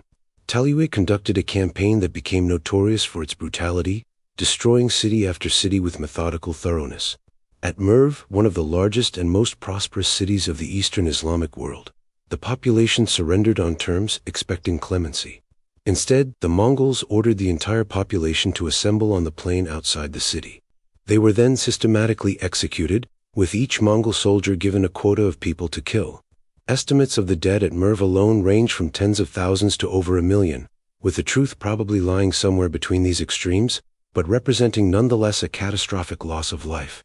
At Nishapur, which had killed a Mongol prince in battle, the vengeance was even more systematic. After the city was taken, Genghis Khan's daughter, the widow of the slain prince, personally oversaw the execution of the population. According to the sources, even the dogs and cats were killed, and pyramids of skulls were constructed as monuments to Mongol wrath. The city was razed so completely that grain was later planted over its ruins. Herat initially escaped this fate by surrendering promptly, but when it later rebelled, it too was destroyed. The pattern was consistent and intentional. The Mongols were demonstrating through overwhelming violence that resistance was futile and that the only path to survival was immediate, complete submission. The total death toll from the Khwarazmian campaign will never be known with certainty. Medieval chroniclers routinely exaggerated numbers, and the figures they provide for populations and casualties are often impossibly high. But even accounting for exaggeration, the human cost was enormous. Estimates range from hundreds of thousands to several million dead, either killed directly in massacres or dying from disease, starvation, and exposure as cities were destroyed and agricultural systems collapsed. Beyond the immediate deaths, the campaign devastated Central Asia's economic and cultural infrastructure. The sophisticated irrigation systems that supported agriculture in many regions were destroyed and never properly rebuilt. Major cities that had been centers of learning and culture for centuries were reduced to ruins. Population levels in some areas did not recover for generations. The psychological impact on the Islamic world was profound, with the Mongol invasion seen as a divine punishment and a civilizational catastrophe. But the Mongols also began the process of incorporating these conquered territories into their empire. Skilled craftsmen were sent to Mongolia. Administrative systems were established to collect taxes and organize labor. Trade routes that had been disrupted by the war were gradually reopened under Mongol protection. The Silk Road, linking east and west, became safer than it had been in generations as the Mongols ruthlessly suppressed banditry and piracy. Genghis Khan also demonstrated his usual religious tolerance. Christian churches, Muslim mosques, and Buddhist temples were all protected once the initial violence of conquest had passed. Merchants of all faiths were encouraged to ply their trades. The Mongols were not interested in religious conformity. They wanted economic productivity and political submission. The conquest of the Khwarazmian Empire, completed by 1221, had taken less than 3 years. An empire that had seemed to be one of the great powers of the age had been utterly destroyed, its armies defeated, its cities sacked, its population decimated. The speed and completeness of this victory sent shock waves throughout the medieval world. If the Khwarazmians, with their large armies and wealthy cities, could not stand against the Mongols, what power could? The campaign also established Mongol rule over the critical Central Asian trade routes, giving them access to wealth and products from across Eurasia. It brought them into direct contact with the Islamic world and with the civilizations of the Middle East. And it opened the way for future Mongol expansion westward, toward Europe, the Middle East, and the Mediterranean world. For Genghis Khan personally, the Khwarazmian campaign represented perhaps the apex of his military achievements. He had led a campaign across thousands of miles of difficult terrain, had overcome opponents who outnumbered him, had conquered some of the most formidable fortresses and richest cities in Asia, and had done so with a speed and decisiveness that left contemporaries stunned. The strategic planning, the tactical brilliance, the ruthless execution, all of these reached their highest expression in this campaign. But this would be his last great conquest. After securing Central Asia, Genghis Khan began the long journey back toward Mongolia. He was now in his 60s, an advanced age by the standards of the time, and the rigors of continuous campaigning were beginning to take their toll. He would launch one more campaign against the Xia kingdom that had repeatedly failed to provide the tribute and military support they had promised, but this final campaign would not be completed in his lifetime. The Khwarazmian campaign had demonstrated the full power of the Mongol military machine, had validated the administrative and organizational systems that Genghis Khan had created, and had established the Mongol Empire as the dominant power across Central Asia. It had also revealed the terrible cost in human lives and cultural destruction that Mongol conquest entailed. The empire that Genghis Khan was building would connect east and west, would facilitate trade and cultural exchange, would introduce novel administrative and legal systems, but it was being built on a foundation of conquest and devastation that killed millions. Military conquest, for all its drama and historical significance, was only one aspect of Genghis Khan's achievement. Perhaps more remarkable than his battlefield victories was his ability to create systems of governance and administration that could hold together an empire spanning thousands of miles and encompassing dozens of different peoples, cultures, and economic systems. The Mongol Empire at its height was not merely a military confederation held together by fear, but a functioning state with sophisticated administrative institutions, legal systems, and economic policies. The legal foundation of this empire was the Yasa, the law code that Genghis Khan had promulgated at the Kurultai of 1206 and that he and his successors continued to develop throughout his reign. While no complete copy of the Yasa has survived to the present day, numerous references to it in various sources allow historians to reconstruct at least its general principles and many of its specific provisions.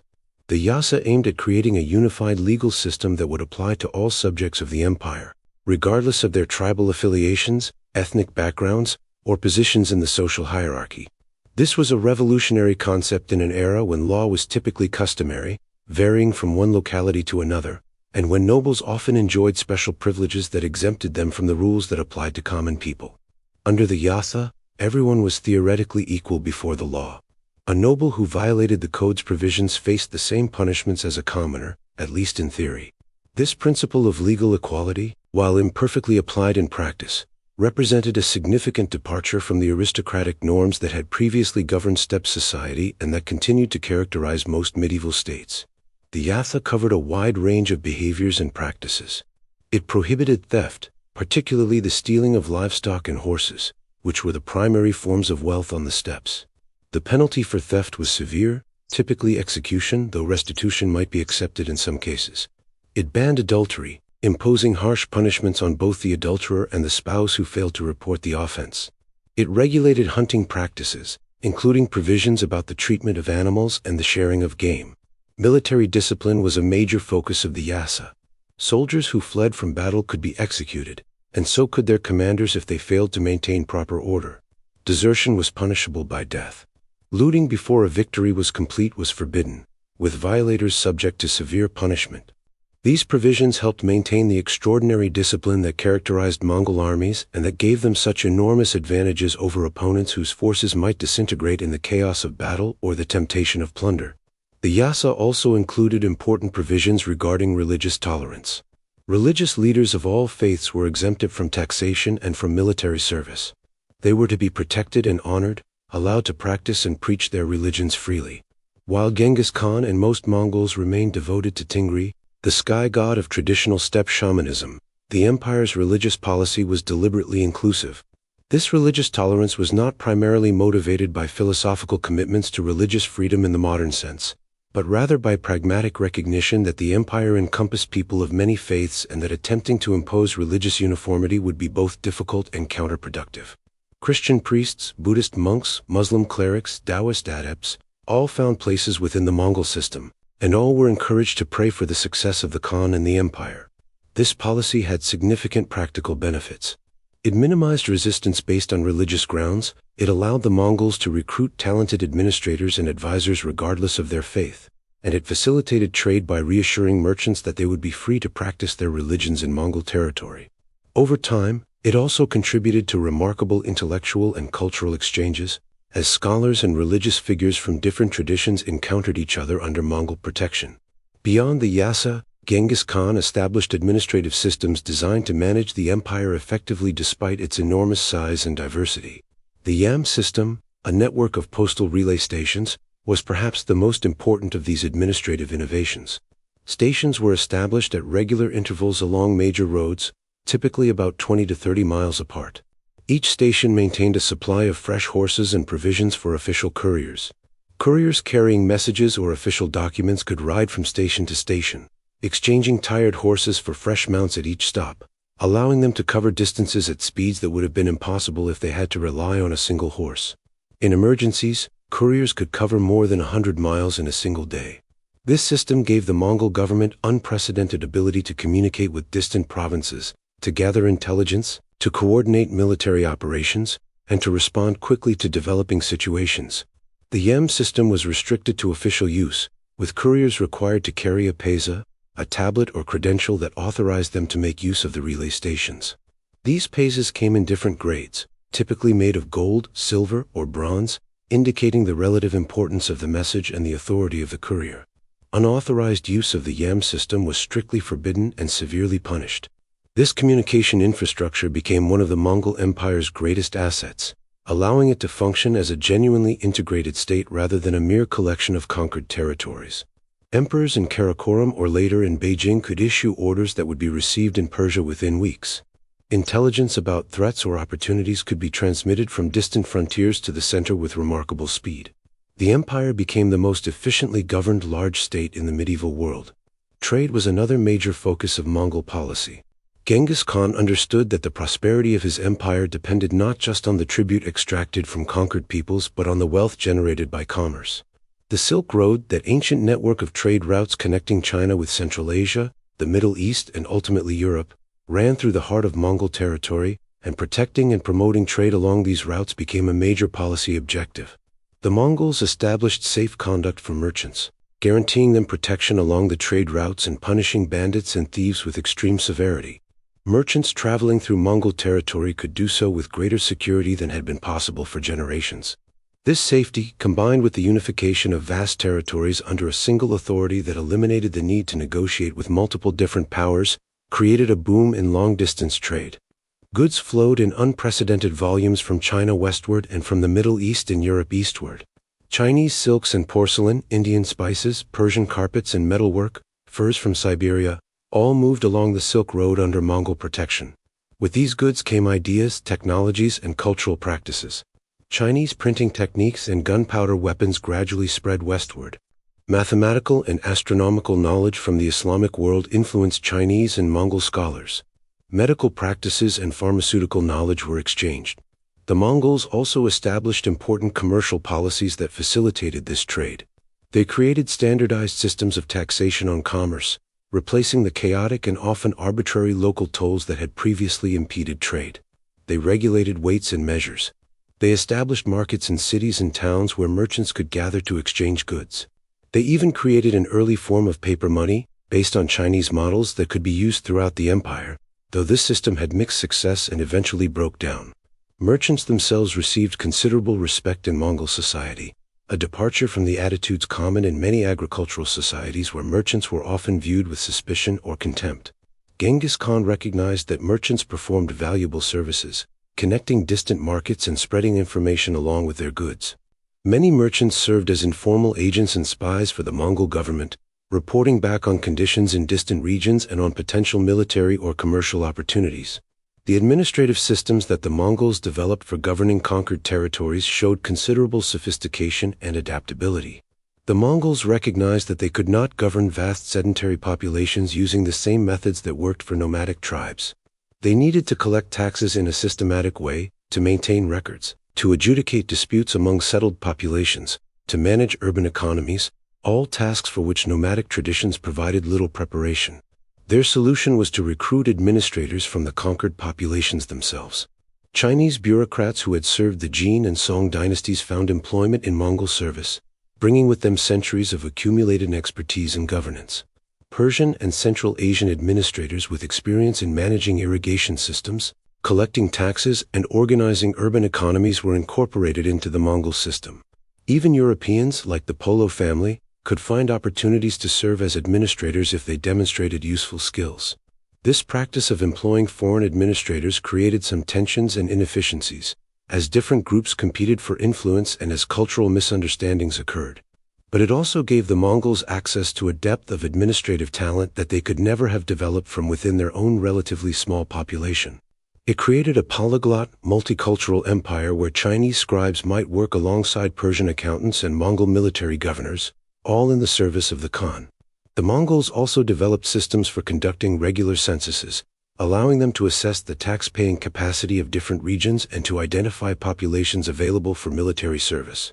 These censuses were remarkably thorough, recording not just population numbers but also economic resources, military capabilities, and other relevant information. The data gathered through these censuses allowed for more efficient tax collection and military mobilization. Taxation itself was systematized, with different regions paying different types of taxes based on their economic systems. Nomadic populations paid taxes in livestock and in military service. Agricultural populations paid in grain and other crops. Urban populations might pay in cash, craft goods, or commercial revenues. The Mongols were flexible in their taxation policies, willing to accept whatever form of payment was most practical for a given region. However, this flexibility also created opportunities for abuse. Tax collection was often contracted out to private tax farmers, who paid a fixed sum to the government in exchange for the right to collect taxes in a particular region. These tax farmers, driven by the desire to maximize their profits, often squeezed populations far beyond what the official tax rates required, creating resentment and sometimes sparking rebellions. The Mongol Empire also facilitated unprecedented cultural and intellectual exchange. Scholars, artists, and craftsmen moved between different parts of the empire, spreading knowledge and techniques. Persian miniature painting influenced Chinese art. Chinese medical practices spread to Persia and beyond. Architectural styles and technologies were exchanged. The empire became a conduit for the movement of ideas and innovations across Eurasia on a scale that would not be matched again until the modern era. This cultural exchange was not always peaceful or voluntary. Many craftsmen and scholars were forcibly relocated, seized during conquests, and transplanted to Mongolia or to other parts of the empire where their skills were needed. But regardless of how it occurred, this movement of people and ideas had profound long-term effects, contributing to cultural development across the entire Eurasian landmass. The infrastructure that the Mongols built or maintained also contributed to the empire's effectiveness. Roads were improved and maintained to facilitate the movement of armies and trade caravans. Bridges were constructed over major rivers. Rest houses and caravanserais were established to provide shelter for travelers. These infrastructure projects, while motivated primarily by military and commercial considerations, created public goods that benefited all inhabitants of the empire. Genghis Khan's administrative achievements were perhaps less dramatic than his military conquests, but they were equally important to the creation and maintenance of the Mongol Empire. Without effective governance, the conquered territories would have quickly fallen into chaos or rebellion. Without systems for communication and taxation, the empire could not have functioned as more than a temporary military confederation. Without protection for trade and relative security along the roads, the economic benefits of empire would never have been realized. These administrative systems, legal codes, and economic policies formed the foundation upon which later Mongol rulers would build. They provided a framework that could incorporate diverse peoples and territories into a functioning whole.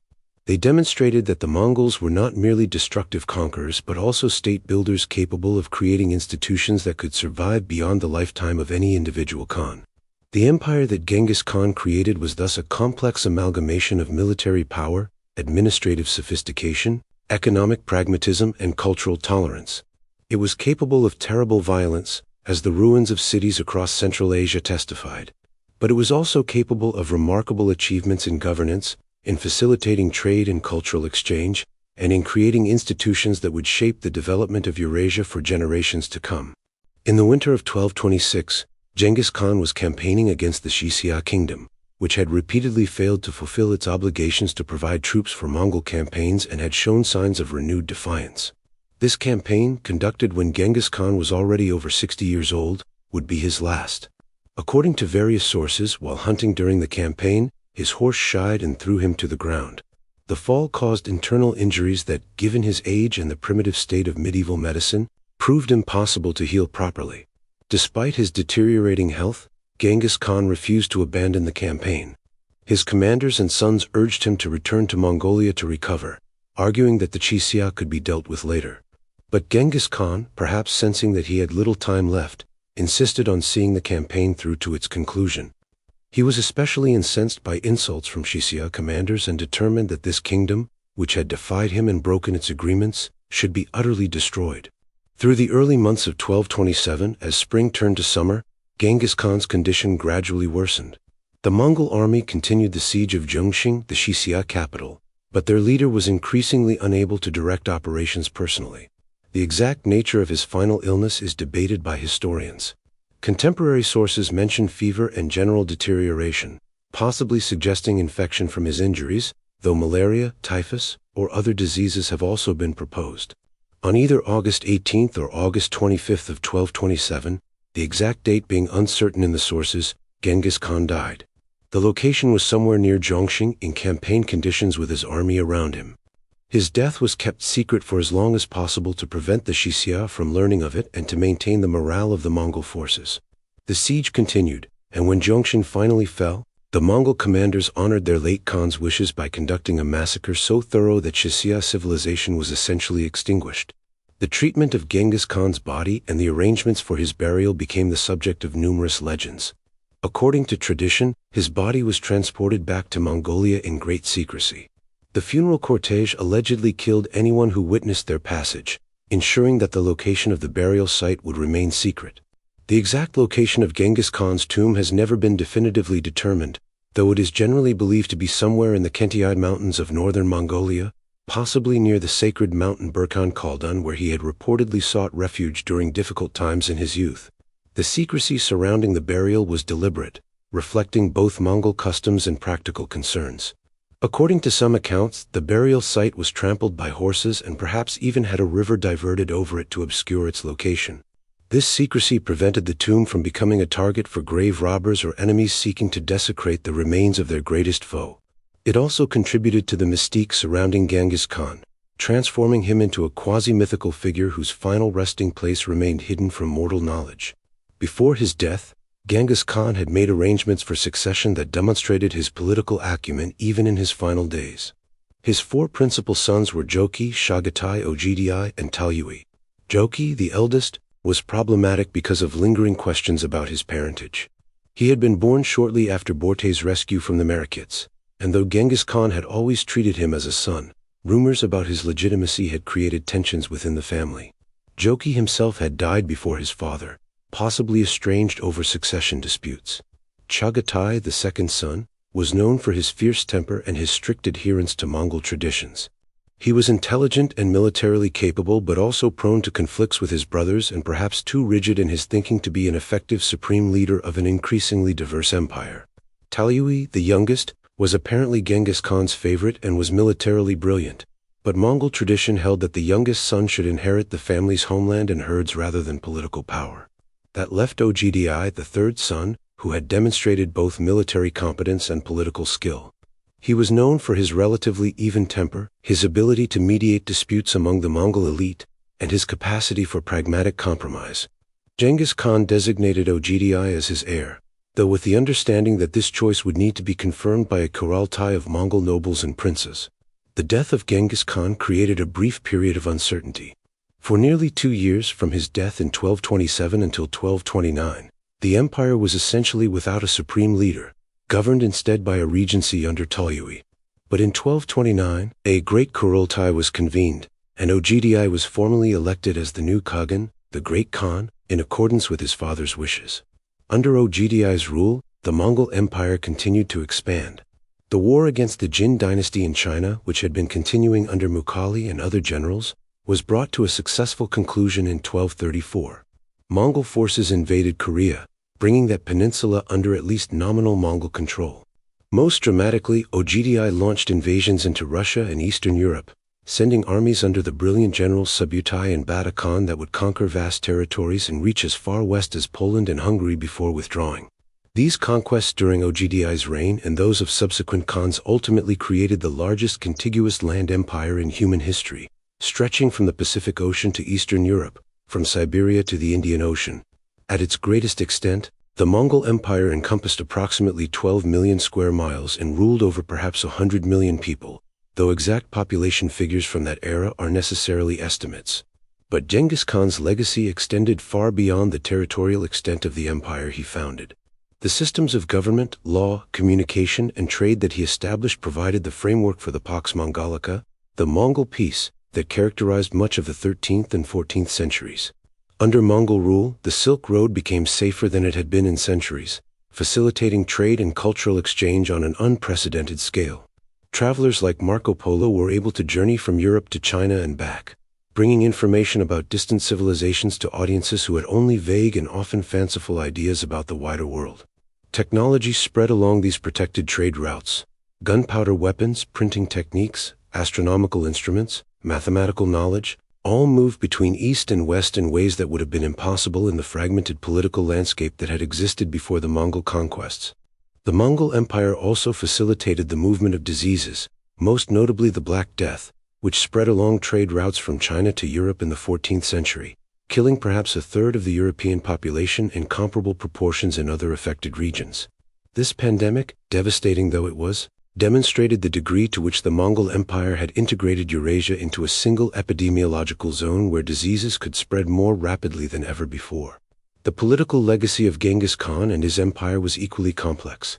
The empire itself eventually fragmented into four main khanates: the Yuan dynasty in China under Kublai Khan, the Golden Horde in Russia and Eastern Europe, the Ilkhanate in Persia and the Middle East, and the Chagatai Khanate in Central Asia. These successor states retained Mongol traditions and political structures while gradually adapting to the cultures of the populations they ruled. In China, the Yuan dynasty ruled until 1368, when it was overthrown by the Ming dynasty. But even the Ming rulers adopted many administrative practices from the Mongols. In Persia, the Ilkhanate eventually converted to Islam and became patrons of Persian culture, creating a synthesis of Mongol and Persian traditions. In Russia, Mongol rule, exercised through the Golden Horde, lasted until the late 15th century and had profound effects on Russian political development, influencing everything from taxation systems to concepts of autocratic rule.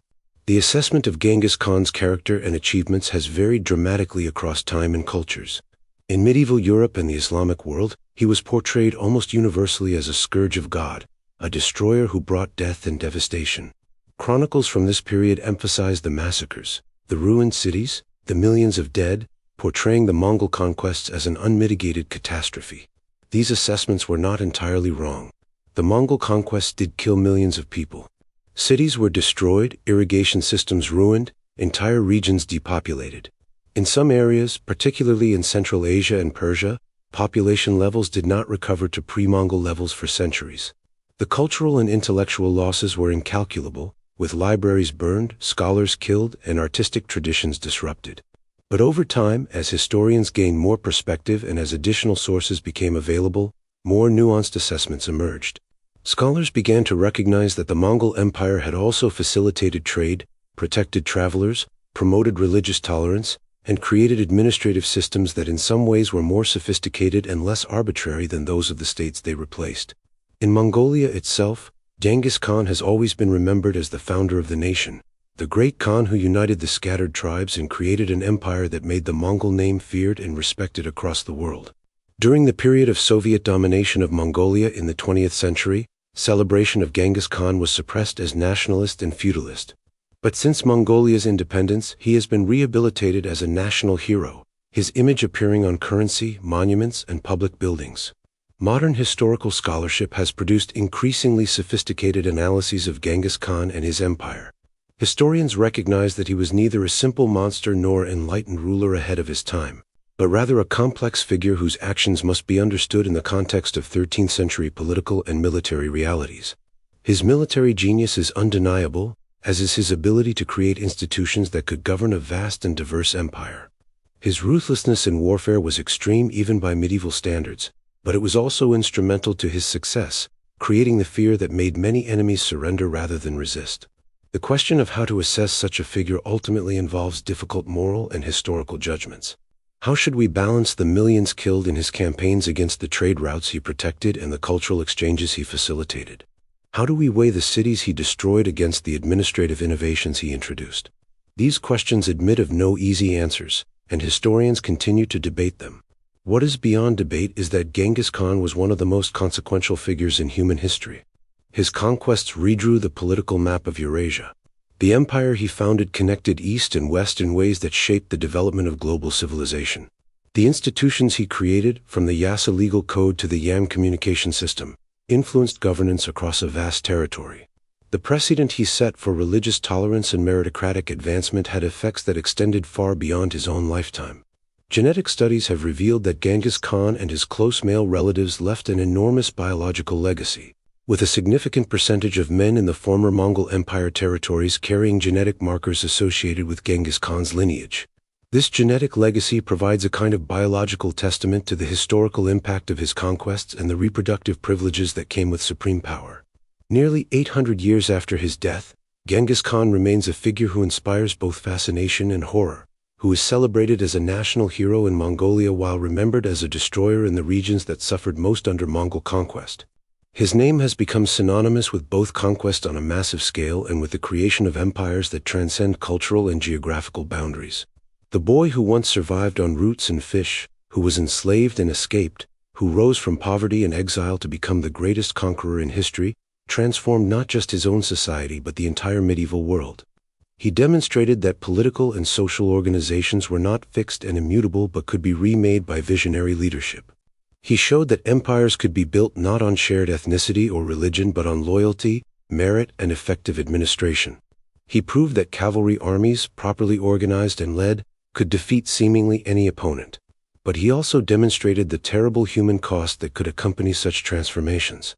The millions who died in his campaigns, the cities reduced to ruins, the cultures destroyed or fundamentally altered, all testify to the destructive capacity that accompanied his constructive genius. Genghis Khan built an empire and reshaped the world, but he built it on foundations of conquest and blood that make any simple celebration of his achievements problematic. In the end, Genghis Khan remains what he has always been, a historical figure of monumental significance whose legacy defies simple categorization. He was simultaneously a unifier and a destroyer, a lawgiver and a mass murderer, a patron of trade and culture and a perpetrator of some of history's greatest atrocities. Understanding him requires confronting this complexity, acknowledging both his extraordinary achievements and the terrible costs at which they were purchased. The steppe wind that once carried the standards of his army still blows across the grasslands of Mongolia. The cities he destroyed have mostly been rebuilt, though some never recovered. The empire he founded eventually fragmented and fell, as all empires do. But the memory of Genghis Khan endures, a reminder of how a single life, no matter how humble its beginnings, can change the course of history and reshape the world in ways that echo through the centuries. This concludes our comprehensive journey through the life and legacy of Genghis Khan, from his desperate childhood on the steppes to his death as the most powerful ruler in the world, and through to the complex legacy he left behind. Thank you for joining me on this exploration of one of history's most transformative figures. If you found this deep dive into Genghis Khan's world valuable, please consider subscribing and liking this video to support future historical content. Share your thoughts in the comments, and until next time, may your own journeys through history be filled with discovery and insight.